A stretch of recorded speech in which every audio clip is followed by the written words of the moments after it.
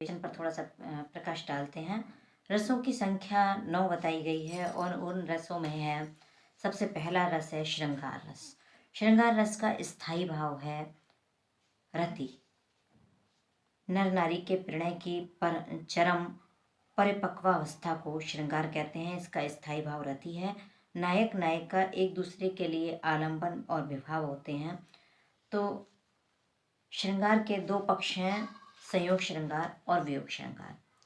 दूसरा आपका रस आता है हास्य रस। हास्य रस में किसी के रूप, आकार, वेश, वाणी या कार्यादि में विकृति या वैचित्र को देखकर जो उत्पन्न हंसी होती है या विविध उपकरणों से पुष्ट होकर हास्य रस को अभिव्यक्ति देती है, यह हमारा हास्य रस के अंतर्गत आ जाता है, जिसका स्थायी भाव है हास। अगला रस है करुण रस। करुण रस प्रिय वस्तु या वस्तु व्यक्ति के विनिष्ट हो जाने पर हृदय स्थित विषाद का भाव ही पुष्ट होकर करुण रस की अभिव्यक्ति करता है। अगला जो हमारा रस है वो है रौद्र रस। रौद्र रस यानी विविध कारणों से उत्पन्न क्रोध ही पुष्ट होकर रौद्र रस को अभिव्यक्त करता है। रौद्र रस का स्थायी भाव है क्रोध। इसके बाद में अगला रस है वीर रस। वीरों के 4 भेद किए गए हैं, युद्धवीर, दानवीर, धर्मवीर और दयावीर। इसके अतिरिक्त विद्वानों ने शोधवीर, बागवीर, कर्मवीर आदि भाव भेद भी बताए हैं। वीर का स्थायी भाव है उत्साह। इसके बाद में अगला रस है भयानक। भयप्रद वस्तु या अनिष्टकारी व्यक्ति को देखकर हृदय में उत्पन्न व्याकुलता को भय कहते हैं और भयानक रस में स्थायी भाव है भय। इसके बाद में बीभत्स रस आता है। अरुचिकर वस्तुओं को देखकर या उनके बारे में सुनकर हृदय में जुगुप्सा यानी घृणा सी जो जागृत हो, वहीं पुष्ट होकर बीभत्स रस बनता है। बीभत्स रस का स्थायी भाव है जुगुप्सा। इसके बाद में अगला रस है अद्भुत रस।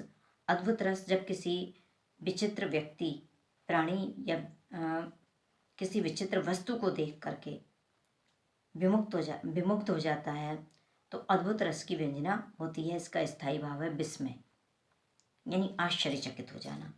इसके बाद में अगला रस है शांत रस। शांत रस संसार की क्षणभंगुरता, नश्वरता आदि का अभिज्ञान, निर्वेद को परिपक्व बनाकर शांत रस को अभिव्यक्त करता है। शांत रस का स्थायी भाव है निर्वेद। तो इस तरह से आपके ये 9 रस हैं। हमारे रस के प्रवर्तक आचार्य हैं आचार्य भरत मुनि।